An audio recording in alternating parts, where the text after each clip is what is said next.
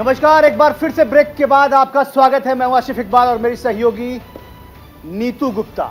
जी हां, और मेरे दो सहयोगी और हैं, सागर मिश्रा और निदा अहमद, और साथ ही एक बड़ा पैनल हमारे साथ मौजूद है। हम लगातार ये चर्चा कर रहे हैं कि आखिर इंडिया वर्सेस एनडीए जो है वो कितना कारगर होने वाला है, और उसके दरमियान जिस तरह की तैयारियां हैं वो किस तरीके से अमली जामा पहनाने वाले हैं ये लोग।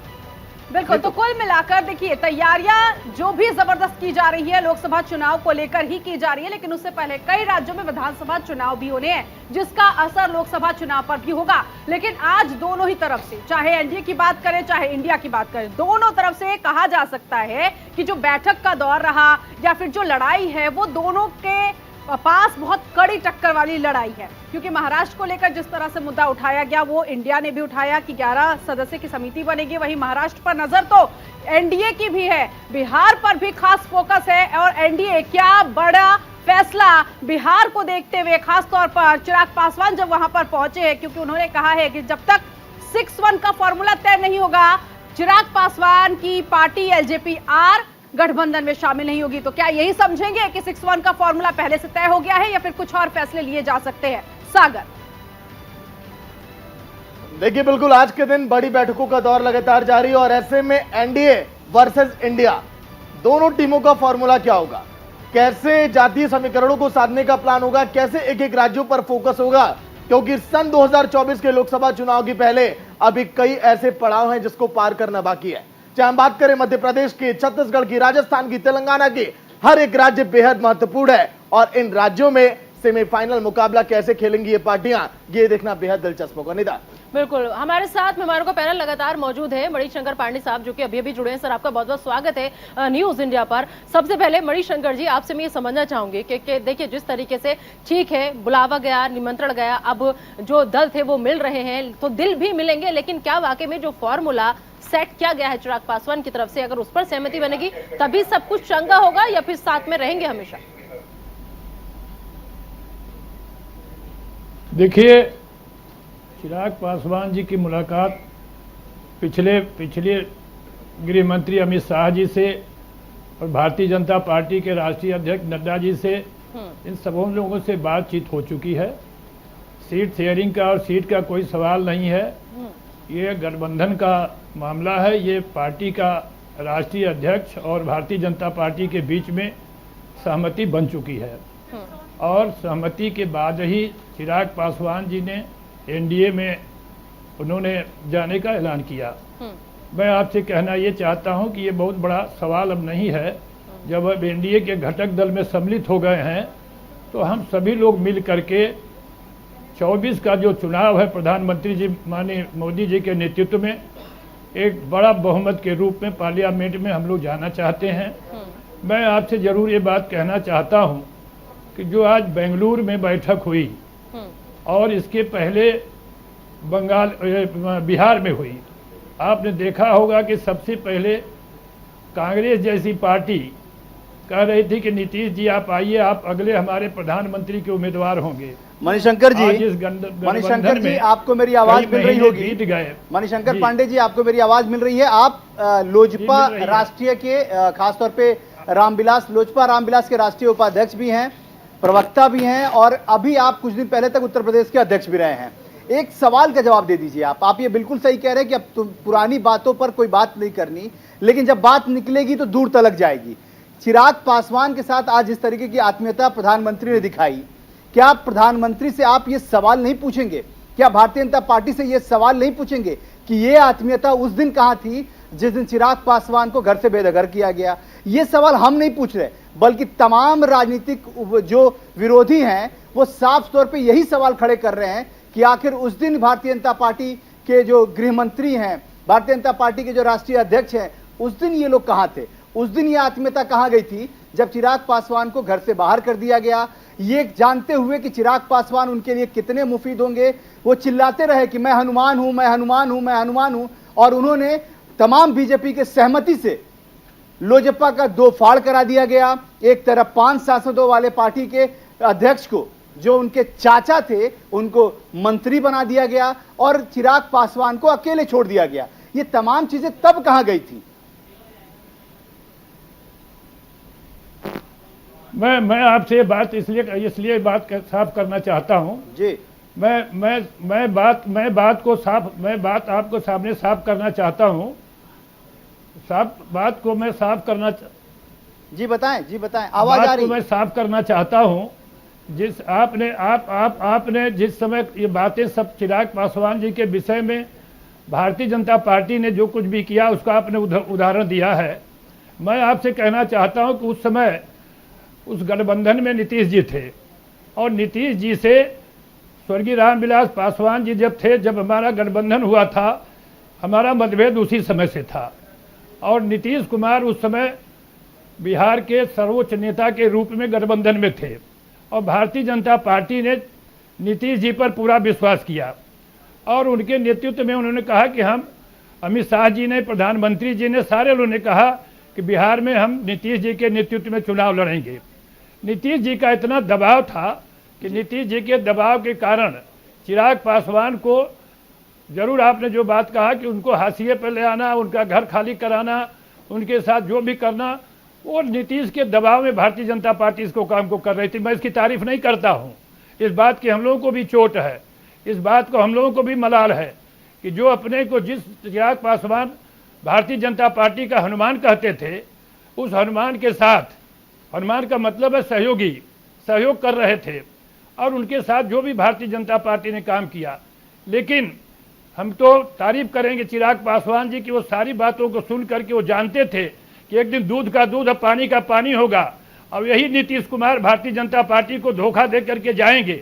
इस बात की हम समझते हैं कि चिराग जो है प्रतीक्षा कर रहे थे और भारतीय जनता पार्टी को बताना चाहते थे कि नीतीश का जो चरित्र है पलटू राम के तरह से बार बार दल बदलना, तो मतलब बार बार सरकार ये बनाना, सावधानी बरतने की सलाह दे रहे हैं क्या भुवन जी को? भुवन जी आपको जी सलाह दे रहे हैं मणिशंकर जी, सावधानी बरतिए। नहीं, मैं नहीं, समाजवादी पार्टी के प्रवक्ता हैं मणिशंकर जी, समाजवादी पार्टी के प्रवक्ता हैं भुवन जी, आप तो उनको ये बता रहे हैं कि आप सावधानी बरतिए वरना नीतीश कुमार जी फिर चले जाएंगे। तो भुवन जी देखिए, मैं तो आज आदरणीय पशुपतिनाथ पारस जी के जो उनके चाचा मेरे जी पार्टी का निर्णय है, मेरे पार्टी का फैसला है कि जहां पर नीतीश कुमार जी रहेंगे वहां हमारे पार्टी का गठबंधन नहीं हो सकता और इस बात को भारतीय जनता पार्टी से स्पष्ट रूप से सर, ये तो आप लोगों ने तय कर लिया था 2020 में ही रहेंगे, वो लोक जनशक्ति पार्टी कतई नहीं रहेगी। देखिए साहब, ये मैं बता रहा हूँ, सवाल किया, मैं उसका जवाब मैं ये बता रहा हूँ, जब नीतीश कुमार ने किनारा कर लिया था 2020 में सर, तो अब आप लोग क्या बोलेंगे? तो आप लोग तो अब कहेंगे ना कि हमने किनारा कर लिया। जब एनडीए के गठबंधन में उन्होंने ही मना कर दिया 2020 में बिहार चुनाव में कि नहीं, हमें एलजेपी को नहीं रखना, आप लोग को अकेले चुनाव लड़ना पड़ गया, तो अब तो आप लोग कहेंगे ना सर? नहीं, नीतीश कुमार को तो फिर नीतीश कुमार ने जब हमको किनारा कर दिया तो नीतीश कुमार जी को हमने भी किनारा कर दिया। आज आप बिहार की राजनीति को देखेंगे तो नीतीश पासवान की जाने की इच्छा थी सर, नीतीश कुमार को वहां जाना पड़ा। सुन लीजिए, नीतीश कुमार को सुनिए, नीतीश कुमार को वहां जाना पड़ा जहां की जंगल राज कहते थे बिहार को, आज लालू जी के गोद में खेल रहे हैं। आज नीतीश के पास जो है 1.5% वोट बिहार में अब नहीं रह गया है।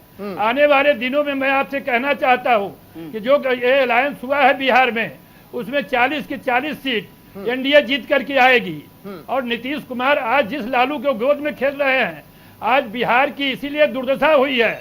बिहार को लेबर स्टेट कहा जा रहा है, बिहार की पूरे देश में बदनामी हो रही है। आप सिर्फ सुन ही रहे हैं, सिर्फ नीतीश कुमार जी हैं और कोई नहीं है। देखिए, मैं तो आज पशुपतिनाथ पारस जी जो उनके दूसरे गुट के, मणिशंकर जी आपके पास लौटेंगे, वो भुवन जी कुछ कह रहे हैं, वो बहुत सुन लिए, वो कुछ कहना चाहते हैं। देखिए, मैं तो पीड़ा है उनको, मैं तो आज उनकी पीड़ा समझ लीजिए। आज इनके जो चाचा जी हैं, उनके पशुपतिनाथ पारस जी, उनके बयान को सुन पा रहा था, जो लोक जनशक्ति पार्टी के दूसरा धड़ा कह सकता हूं मैं। वो कह रहे थे कि हजारीबाग सीट को मैं छोड़ूंगा नहीं, आज ही का उनका बयान है। और ये मेरे पास हजारीबाग नहीं, हाजीपुर। क्या आप भुवन जी किस तरह की आप वर्कआउट करते हैं? नहीं, आपको हजारीबाग और हाजीपुर का फर्क नहीं पता भुवन जी। इसके लिए बिहार की राजनीति और कहाँ उत्तराखंड, आप झारखंड की राजनीति को इकट्ठा कर रहे हैं। ये बिहार के झारखंड, हजारीबाग झारखंड में है। अश्विनी जी, का सम्मान करता हूँ, लेकिन आज उनका जो बयान, जो आप बताएंगे। मैं उनका सर स्लिप ऑफ सवाल ले लीजिए सर। नहीं, आज सवाल सवाल ले हाजीपुर जी हाँ, सवाल रामविलास ले लीजिए। पासवान की कर्म भूमि है। बिल्कुल बिल्कुल सवाल ले रहे हैं, सवाल जो हाजीपुर रामविलास पासवान मणिशंकर की जी आपके पास कर्म भूमि है। लौटेंगे, आज मणिशंकर जी आपके और पास उस लौटेंगे, कर्म भूमि पर चिराग आपके पासवान का पास हक लौटेंगे, आपके पास जो लौटेंगे। चिराग सवाल पासवान सुन का ही लीजिए हक- मणिशंकर जी, सवाल सुन लीजिए। भुवन जी जो सवाल। आज का विषय था उस नाव में मेरे को लगता है कि जो पहला ही छेद करने का काम करा, उन्होंने कहा कि मैं इस सीट हाजीपुर सीट को छोड़ने वाला नहीं हूं। और अभी तो ये लोग कह रहे थे कि विपक्ष के लोगों की कब समिति बनेगी, मीटिंग, और जबकि हम 3 मीटिंग तय कर चुके हैं, नाम हमारा तय हो गया है, 11 सदस्यीय समिति हमारी बन गई है। हम लोग अगर मीटिंग के हिसाब से देखा जाए तो 2-1 से आगे चल रहे हैं। तो आज जो ये विपक्ष पे लोग आरोप लगा रहे थे, लेकिन इनके यहाँ जो लड़ाई है वो पहले शुरू हो चुकी है। ठीक है जी, अश्विनी जी कुछ कहना चाह रहे हैं। जी अश्विनी जी बोलिए। भुवन जी देखिए, आप 2-1 से आगे चल रहे हैं, लेकिन आज 2 बातें देखने को मिली हैं। जी कांग्रेस के कई नेताओं ने जो है आज सभा को संबोधित किया। वो जो ठगबंधन की सभा थी उसमें ममता जी भी बोली, मैंने पहले भी कहा, नीतीश कुमार जी को बोलने का मौका नहीं दिया गया। जिस नीतीश कुमार जी के नेतृत्व में बिहार में पहला वाला जो मीटिंग हुई थी आप लोगों की, वो ऑर्गेनाइज हुई थी। दूसरी बात ये देखने को मिला कि आज ममता बनर्जी जी बची हैं, कांग्रेस को तो अरविंद केजरीवाल जी ने ठीक कर दिया, कांग्रेस को घुटनों पर ला दिया, अब ममता जी बची हैं। आने वाले दिनों में और देखिए।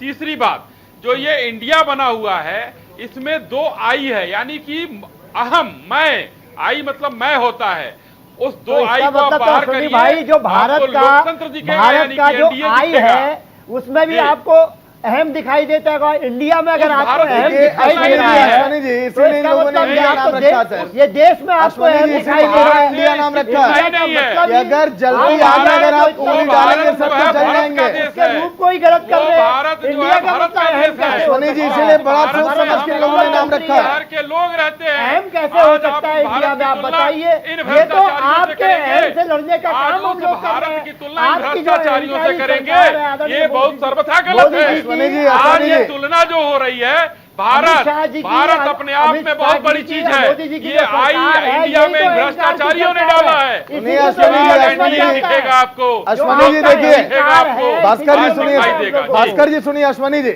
आपने गठबंधन का तोड़ तो आपने निकाल लिया, ठगबंधन आपने बोल दिया, लेकिन आप देखिए जलती आग में हाथ आप डाल रहे हैं सर। इन लोगों ने इसीलिए सोच समझ के इंडिया नाम रखा है। आप उसमें अगर छेड़छाड़ करेंगे फिर तो सवाल खड़े कर देंगे लोग सर। कुछ और सोचिए। हम तो भारतवासी हैं, हम भारतवासी हैं। आप हम अश्विनी जी भारतवासी बोलिए, हैं। सबके विषय में बोलिए। हम लोग आपको बहुत हम भारतवासी सम्मानपूर्वक हैं। देखिए, आप ठगबंधन बोले, दिक्कत भी नहीं है। भास्कर जी कुछ बोलेंगे नहीं। बीजेपी कहती आई थी लेकिन वो आप अब एकदम मैं जो बोलूंगा। निकाले, वो ये बात कहेगा एकदम बोलेंगे, कि हिंदुस्तान का अपमान भ्रष्टाचारियों नहीं का ये सहेगा ठगबंधन हिंदुस्तान। है। जी एक पार्टी बता दीजिए जिसके ऊपर भ्रष्टाचार का आरोप ना हो। एक पार्टी बताइए जो ये आज सब लोग मिले हैं, 26 लोग, एक पार्टी आइए बताइए अश्विनी जी, जिसमें अश्विनी जी, भ्रष्टाचार का मैं आरोप गिना ना रहा हो। हूँ। अश्विनी जी आइए। सभी लोगों के ऊपर ना है। ना सुनिए सर, भास्कर जी का जवाब मैं दे दूं क्या? गिनाइए। अजीत पवार का नाम गिना दूं, एकनाथ शिंदे का नाम गिना दूं, और नहीं, कितने नहीं, ऐसे अगर- लोगों का नाम गिनाऊं सर? जहां पर ईडी की जांच चलने वाली थी, बंद हो गई है सर। पार्टी कोई दूध की धूली नहीं है, सबका दामन किस तरह से साफ है सर, हमें पता है। आसिफ जी। सागर जी, निवेदन करता हूं, जी बोलिए सर। सूत्रों से किसी की जांच बंद नहीं हुई है। बिल्कुल। किसी की जांच नहीं बंद हुई है। बताइए ना, मैं एकनाथ कहना शिंदे चाहता पर क्या हूं, जांच हुई और सर? बड़े मुख्यमंत्री दावा बन करके गया, कहना क्या जांच चाहता हुई हूं, बोलिए? जांच नहीं बंद है।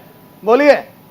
एकनाथ शिंदे पर जांच आपने जो- क्या अगर जांच बंद करवा हो दी? बताइए, उनको अजीत बुला के पवार उनको जिसको पूछताछ आप की लोग नहीं। कल तक कहते थे भ्रष्टाचार कौन सी आदमी है, जांच का उनके वो ऊपर क्या कैसे सर हो चार्जेज गया? हैं? एक लाख बीजेपी की सिंह वॉशिंग पर मशीन कौन में से घुल गए चार्जेज क्या? हैं? बीजेपी आप की एक वॉशिंग लाख मशीन में सिंह अजीत पर पवार घुल बताइए गए कौन क्या? से चार्जेज हैं? एक लाख आप चलिए बताइए। सर। वॉशिंग आपको मशीन पता में है, एक इन लाख सब पर सिंह आएंगे, पर रिपोर्ट बहुत चार्जेज लंबी बताइए थी। आपको। नया ट्रेंड ले आया चार्जेज आदरणीय बताइए। मोदी नहीं जी। नहीं, आप ऐसे आइए, आरोप भारतीय नहीं लगा जनता सकते पार्टी आप। में माननीय मुख्यमंत्री मुख्यमंत्री बनिए, के ऊपर आरोप लगाएंगे आप। क्यों सर? मैं कहता हूं कि पूरा जो ये ठगबंधन है, ये सारे भ्रष्टाचारी सर, देखिए। हैं। और आज सारे मौसेरे भाई एक साथ इकट्ठा हुए हैं। रत्नाकर सिंह जी अच्छा, जो देखिए, कांग्रेस पार्टी एक से सर, जुड़े हैं। मंच पर एक सारे सर, चलिए मौसेरे भाई सर। हैं। रत्नाकर सिंह जी भी जुड़ चुके हैं हमारे साथ। आइए निदा, रत्नाकर सिंह भी जुड़ गए हैं कांग्रेस से, जरा उनको भी इंटरेक्ट कराइए। रत्नाकर सिंह जी, सबसे पहला रिएक्शन आपका, बैठक हुई, खत्म हो चुकी है, अब अगली तीसरी जगह भी डिसाइड हो चुकी है, आगे अब क्या रणनीति है? क्योंकि देखिए, आपके जो महागठबंधन आपने कहा, उसे बीजेपी लगातार ठगबंधन करार दे रही है, और अब बीजेपी की भी अहम बैठक चल रही है। कितनी बड़ी चुनौती आपकी इस विपक्षी एकजुटता के लिए अकेले बीजेपी है? देखिए निदा जी, अभी मैं अश्विनी भाई की बात सुन रहा था, कैसे बौखलाए हुए लोग हैं भारतीय जनता पार्टी के। ये अश्विनी भाई की बात नहीं कह लेता हूं, प्रधानमंत्री मोदी जी की भी बात कह लेता हूं कि आज पोर्ट ब्लेयर के एक उद्घाटन से संबंधित अगर 2 मिनट बोले होंगे तो इस गठबंधन को कोसने में कम से कम नहीं तो 10 मिनट लगाया उन्होंने। और तमाम सारे आरोपों को जिस प्रकार अश्विनी भाई लगा रहे थे, मोदी जी भी उसी प्रकार लगा रहे थे।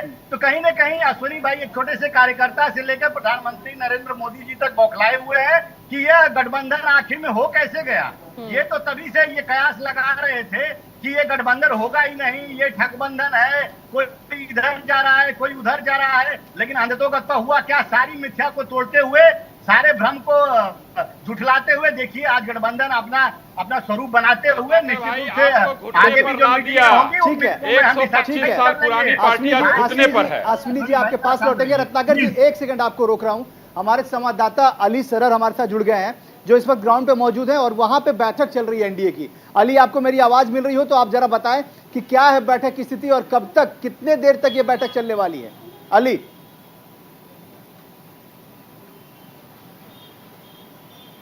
देखिए, बिल्कुल बैठक का सिलसिला जो है पिछले 1 घंटे से लगातार जारी है, चाहे उसमें गृह मंत्री अमित शाह हो या राजनाथ सिंह हो या सड़क परिवहन मंत्री नितिन गडकरी हो, तमाम बड़े चेहरे आ चुके हैं। लेकिन प्रधानमंत्री नरेंद्र मोदी के आने के बाद अब बैठक शुरू हुई है, बैठक चल रही है अंदर, और एनडीए की महत्वपूर्ण बड़ी बैठक मानी जा रही है। इसके साथ साथ जो 38 दलों के नेता हैं वो तमाम एनडीए में जो शामिल हुए हैं वो तमाम बड़े नेता अंदर की ओर आ चुके हैं और बैठक का सिलसिला जारी है। बिल्कुल ठीक है अली, हम आपके पास लौटेंगे। नीतू, जरा अब हम ये दिखा दें, हम मैं चाहूंगा अपनी टीम से कहूंगा कि जरा वो दिखाएं कि कौन कौन से दल शामिल हो रहे हैं और कैसे क्या स्थिति है उनकी, क्योंकि ये भी जानना बेहद जरूरी है। और तमाम दर्शक जो अभी थोड़े देर के बाद जुड़े हैं हमारे साथ, उनको बताना जरूरी है कि आखिर कौन कौन से दल यहाँ इकट्ठा हुए हैं और क्या है उनकी वास्तविक स्थिति। बिल्कुल, तो कितने मजबूत विपक्षी दल में देखिए, सबसे पहले पार्टी और 2019 लोकसभा चुनाव में सीटें और वोट परसेंटेज भी जान लेते हैं। सीपीआईएम की बात करें तो 2019 लोकसभा चुनाव 3 सीटें और 1.8% जो है वो वोट परसेंट रहा है। इसके अलावा आम आदमी पार्टी भी 1 और वोट परसेंट देखिए 0.4% रहा है। झारखंड मुक्ति मोर्चा 1 सीट 0.3%, ये जो परसेंटेज है वो रहा है। आशिफ जी, ये वो है। नीतू, मैं आपको बताऊं, निदा आपको बताऊं, सागर आपको बताऊं और तमाम जो गेस्ट पैनल हमारे जुड़े हुए हैं वो उनको बताऊं कि ये वो है जो 2019 में जिनको लोकसभा सीटें जिनके पास है, जो लड़ाई लड़नी है। क्योंकि देखिए अल्टीमेटली लड़ाई जो है वो 2024 के लिए है। और ये देखिए जो आज जो चेहरे जो मजबूत चेहरे थे जो विपक्षी बैठक में शामिल हुए, पहले हम विपक्षियों की बात बता रहे हैं, पहले वो इस इंडिया गठबंधन की बात बता रहे हैं जो लोग शामिल हुए थे। देखिए वो चेहरे हैं, ये नीतीश कुमार हैं, लालू प्रसाद यादव हैं, तेजस्वी यादव हैं, लालू यादव के बेटे हैं, बिहार के उप मुख्यमंत्री हैं, बिहार के मुख्यमंत्री नीतीश कुमार हैं, बंगाल की मुख्यमंत्री ममता बनर्जी हैं, दिल्ली के मुख्यमंत्री अरविंद केजरीवाल हैं, झारखंड के मुख्यमंत्री और जेएमएम चीफ हैं वो हेमंत सोरेन हैं। बिल्कुल, तो ये विपक्षी चेहरे हैं। MK Stalin DMK, Sharad Pawar NCP प्रमुख, उद्धव ठाकरे शिवसेना, उद्धव ठाकरे गुट के, तो ये वो मजबूत चेहरे जो कि आज इस इंडिया में शामिल थे। और इसके अलावा अखिलेश यादव समाजवादी पार्टी प्रमुख, उमर अब्दुल्ला नेशनल कॉन्फ्रेंस प्रमुख, महबूबा मुफ्ती पीडीपी की नेता मंत्री, तो ये वो तमाम विपक्षी चेहरे जो इस वक्त हम दिखा रहे हैं। तो अभी हम और भी दिखाएंगे, हम एनडीए के भी तमाम चेहरे दिखाएंगे, हम वो भी बताएंगे कि आखिर वो जो इकट्ठा हुए हैं उनके क्या है, किस तरीके से उनके पैमाने हैं और किस किस तरीके से वो किस बैठकों में जो शामिल होने के पीछे उनके क्या आधार हैं। वक्त हो गया एक छोटे से ब्रेक का। ब्रेक के उस पार लगातार हमारे साथी, हमारे ग्राउंड जीरो के हीरो और हमारा एक बड़ा गेस्ट पैनल मौजूद है, तो जाइएगा कहीं मत, ब्रेक के उस पार जल्द लौटते हैं।